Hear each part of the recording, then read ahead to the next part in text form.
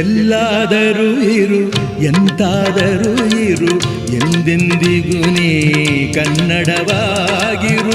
ಕನ್ನಡವೇ ಸತ್ಯ, ಕನ್ನಡವೇ ನಿತ್ಯ.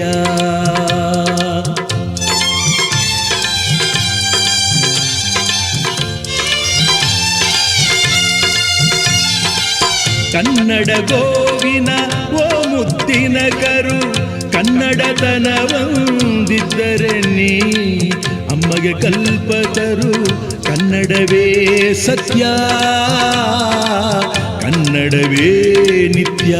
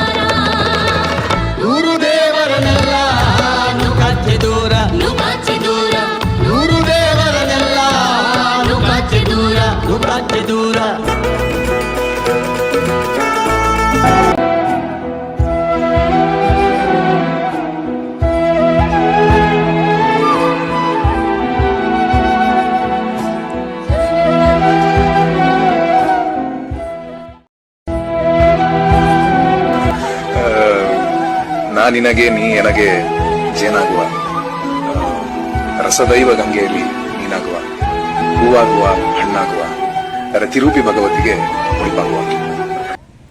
ಅದೊಂಥರ ಪ್ರೇಮ ಕವಿತೆ. ಅವರಲ್ಲಿ ತುಂಬಾ ಒಂದು ಸೈಲೆನ್ಸಿನ ಒಂದು ತವರು ಮನೆ ಇದ್ದಂಗಿದ್ರು. ಮೌನದ ಒಂದು ತವರು ಮನೆ, ದೊಡ್ಡ ತವರು ಮನೆ. ಒಂದು ಮೌನಕ್ಕೆ ಎಲ್ಲಾದ್ರೂ ತಾನು ವಾಸ ಮಾಡಬೇಕು ಅಂತ ಒಂದು ಆಯ್ಕೆ ಕೊಟ್ಟರೆ, ಒಂದು ಸಹಜವಾದ ನಿಸರ್ಗ ಸಹಜವಾದ ಮೌನಕ್ಕೆ ಅದು ತೇಜಸ್ವಿ ಅಂತ ಹೇಳುತ್ತೆ ಅಂತ. ಯಾಕಂದ್ರೆ ಅದಕ್ಕಾಗಿ ಅವ್ರು ನೋಡಿ, ಅವರು ಆಯ್ದುಕೊಂಡಂಥ ಅವರ ಹವ್ಯಾಸಗಳು, ಅದು ಫೋಟೋಗ್ರಾಫಿ ಇರ್ಬೋದು, ಅಥವಾ ಅವರು ಮೀನು ಹಿಡಿಯೋದಿರ್ಬೋದು, ಅದರ ಅವಿಭಾಜ್ಯ ಅಂಗನೇ ಮೌನ. ಮೀನು ಹಿಡಿಯೋರಿಗೆ ಬೇಕಾದ ಮೊದಲ ಕ್ವಾಲಿಫಿಕೇಶನ್ ಅಂತ ಅವ್ನು ಮಾತಾಡಬಾರ್ದು.